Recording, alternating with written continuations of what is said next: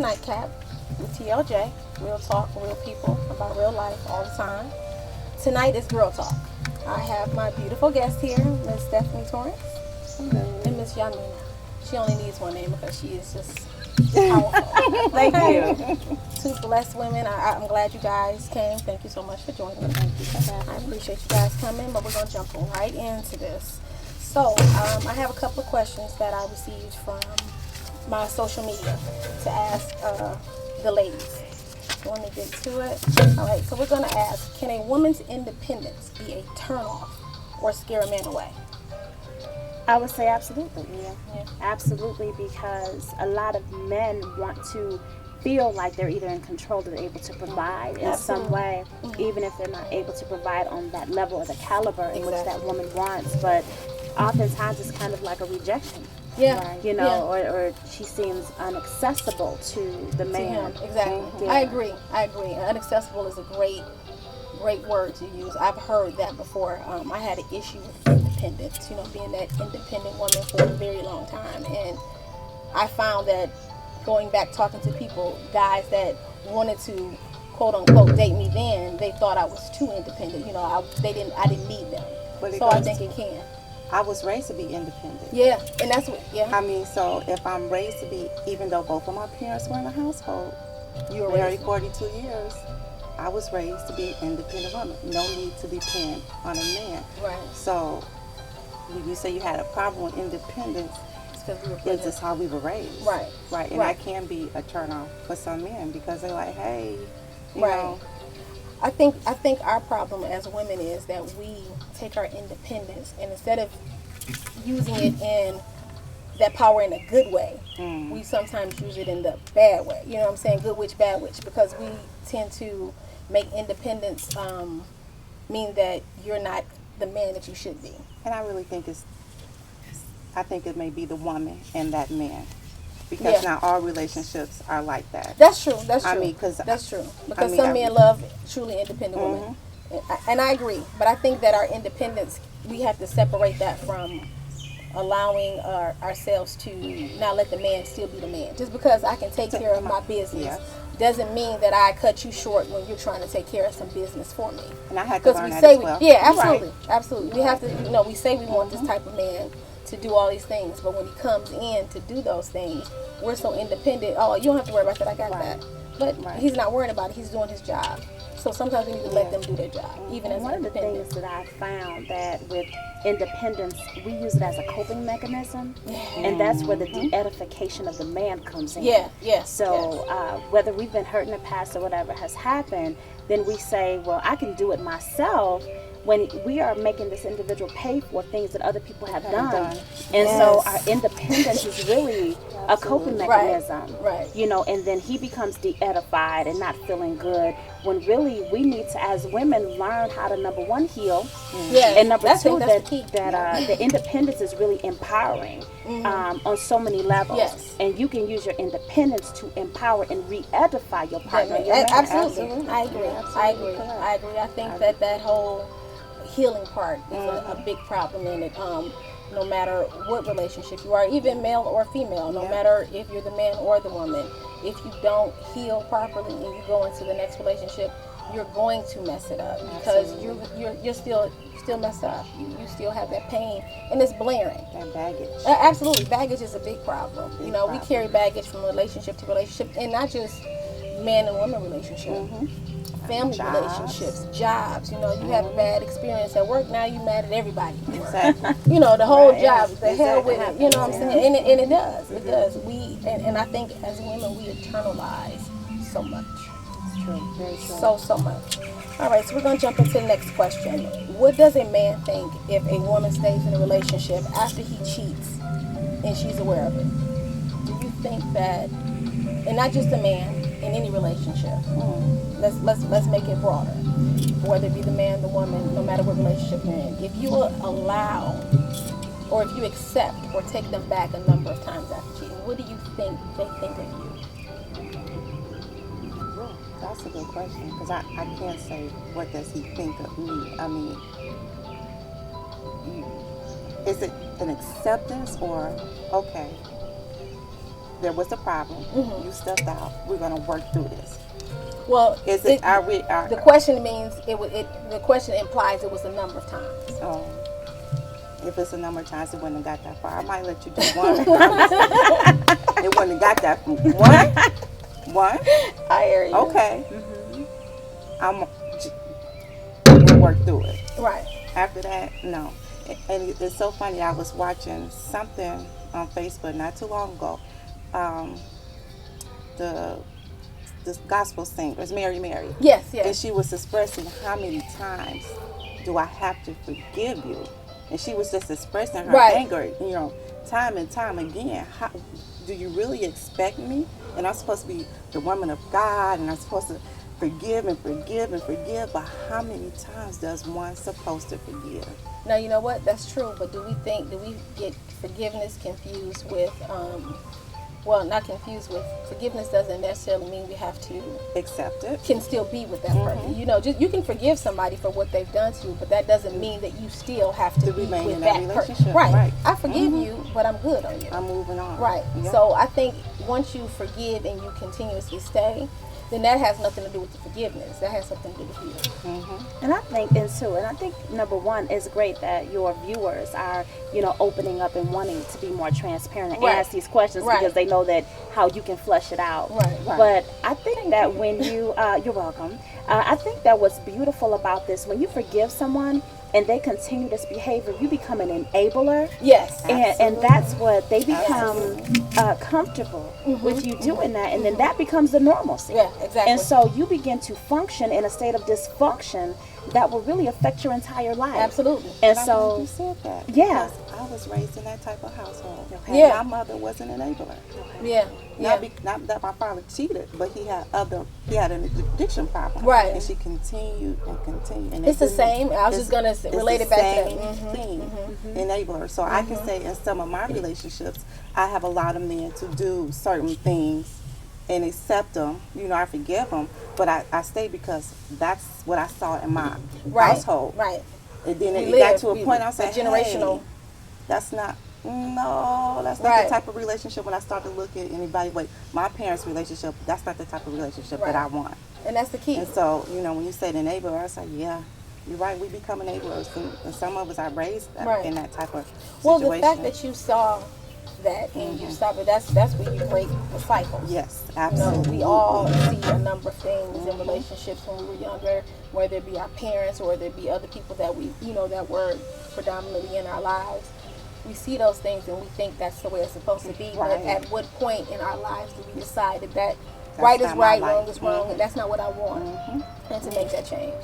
And I think too, when you really, really think about that, sometimes the men want us to say no.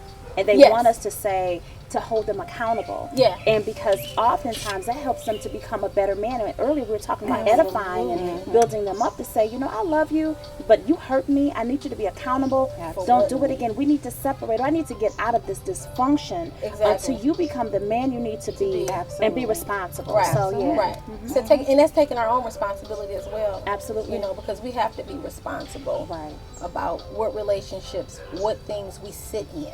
I was listening to Kelly Rowland's song, Dirty Laundry. Have you ever listened to that? Yes. Have you?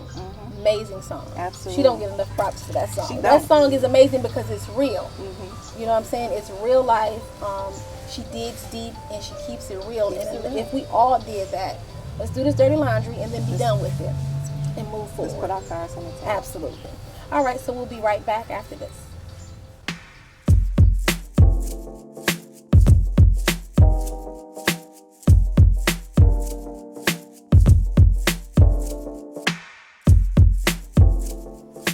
Welcome back to the Nightcap with TLJ. Again, my guest Stephanie and Yahminah. We're going to jump right back in, ladies. I want to ask the question, what does a woman, you as a woman need to bring to the table?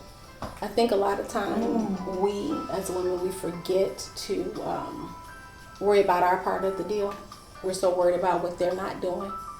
And I want us to answer that question honestly. What should we bring to the table when we expect so much? Guess I never really thought about it. And most of us don't. Exactly.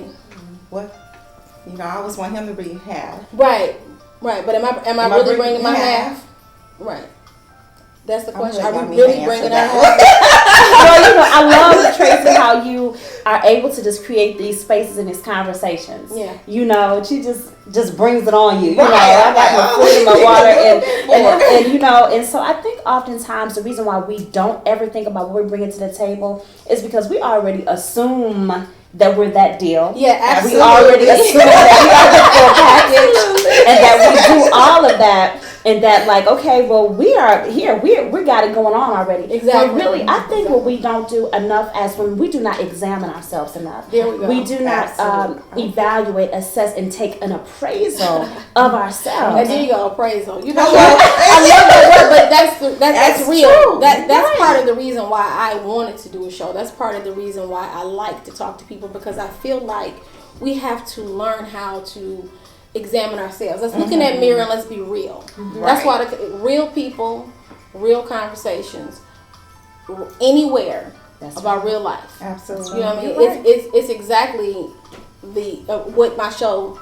encompasses. That's what I want everybody to get from it. If I'm talking about sports or relationships, it's going to be real conversation, and we have to learn to look at ourselves. And as you said, we as women, we already think that we're that deal. Absolutely. Where is the appraisal at? Do we do self-appraisals? I don't think we do. No, not enough. What we do is we look in the mirror, we'll fix ourselves, we'll get dressed, and then we will present ourselves. However, we have become so comfortable, I do believe actually, where we will look in the mirror and there are pieces that are like kind of falling out, and we'll tuck them in, and we just will walk in. We will leave the house in our heels or whatnot, and we will be in pieces.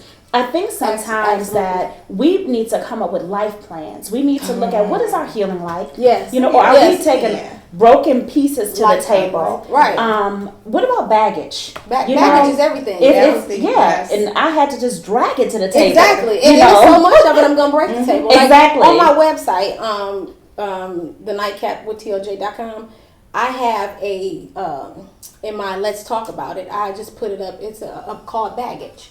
It's about how we, and I can speak as women, carry so much baggage, and we don't realize that if you're carrying all this baggage, your arms cannot be open to anything. You can't be truly happy. You don't have any inner peace if you're carrying all this baggage, because it's heavy. If you're carrying baggage, as anybody knows, you're running through the airport. You have 4 bags, the baby on this hip. Exactly. You're sweating, you're tired, and you're not happy. That's how it is in life. That same baggage, that same suitcase has all the emotional baggage from you. Whether it's your father wasn't there for you when you was little, whether it's that you were in a relationship and he cheated on you and treated you all kind of ways. We carry that from person to person, and when we go to that one that's the good guy, or that's the right woman for you, we don't treat them right. Exactly. We don't know how, because we have so much baggage in our hands. We haven't even learned how to be free. Exactly. And I think when you talk about baggage and examine ourselves, I think my current relationship, before I even got into it, I had to I want to make sure before I go into this relationship with this man that I don't take over that baggage from that previous relationship. Absolutely. I'm going to treat him a little bit better than I treated the last man. And then I'm going to make sure that I'm not as mean and evil, because I can be. Oh, absolutely. I've been there. I will communicate more because I'm not a good communicator. So I had to reexamine, things that I did in that last relationship that ended horribly, that I didn't take it into the, like you said, to that good man. And I know he was a deserving man because he showed me in so many different ways. So I was like, okay, Stephanie, what did you or did not do in this previous relationship? Because this one here is showing you he is the one. Hey, I got your back, regardless. The fact that you looked in that mirror and saw. Absolutely. People don't, we look in mirrors and we always see is this. We don't look any deeper. And if you just stand in that mirror long enough, you see absolutely everything about you. The good, the bad, and the ugly. You see what you need to change. You see what you need to keep. And you see what you need to brush up on. Absolutely. Period. But we don't look at that. And we shut it down. And the fact that you did that. And had to. But that's inner healing. So many women need that. I needed that. I went through the same thing. I was mean. I was taking this to that. Yeah, I wasn't taking anything, but I consider that independent, as we were talking about. Right, exactly. But it's the difference between independence and being mean. It is, and we as women need to learn how to be honest about conversation like that. How many women you know would really have said that to me? Exactly. Have had this conversation that's open. So I appreciate you saying that, and hopefully somebody out there who's listening to it, who's going through the same thing, knows that this can be done. And happiness can be found if you're truly happy. That's true. Really be found. It can be. It can be. And when you look at things from we have the intellectual perspective, the emotional perspective, but for someone who's like sitting taking notes and they're saying, okay, I have those things covered, what do we need to bring to the table? Because we require so much. Right. And I believe that when we look at everything, let's look at being that whole person. Not just doing things a little bit better, doing them better. And really, okay, so let's get to it. What do your finances look like? Absolutely. Are you together? Absolutely. What does your health look like? So are you either working out, eating right, so that when you get with that man, that you don't have to put that on him, that baby, I gained weight, and you love me like this. He's like, I just bet you. You know, but that's a life plan. It is that life plan. And you have to make life plans as couples too. You do. Like you said, if let's talk about it's the finances. Marriage is a corporation. And yes, and you have to run it right, and it's a corporation with love. That's right. And you have to, and that should be the best of the best. Absolutely. Because if you add that love to it, and you make sure you're running it the correct, absolutely, you have to do that. You have to be honest, because if you're lacking, then let's make a plan so that we can get us together. Exactly. Right, let's make a plan. Be more of that. And absolutely. Then even before you get to that commitment level, it's you want to be sure that the person that you're in covenant with, that you are in a contract with, because that's actually what it is. Absolutely. That they're bringing that to the table. But what do your finances look like? Are you ambitious? Will you bore me to death? Exactly. Will you know? Right. You have that capacity to make me happy and bring me joy. Right. Look at all of those things outside of the exterior. Yeah. And then I believe that as women, if we begin to look at that more, we will really get to the heart of some issues. Absolutely. And those things. Because it's honesty. It is. It's honesty. You know, that's what I feel that the world is lacking. Authenticity, honesty. Absolutely. You know, everything. It's okay to be fake. It's okay to lie. It's okay to play game. Yeah. So I'm going to ask you guys a quick question. What would be some advice, quick answer that you would give the 14-year-old you? Go. Quick. Don't follow in your parents' footsteps. Love yourself. Love yourself. That would be. I would say that too. I would say mine would be focus. Focus on the right things and not the wrong things. We'll be right back after this.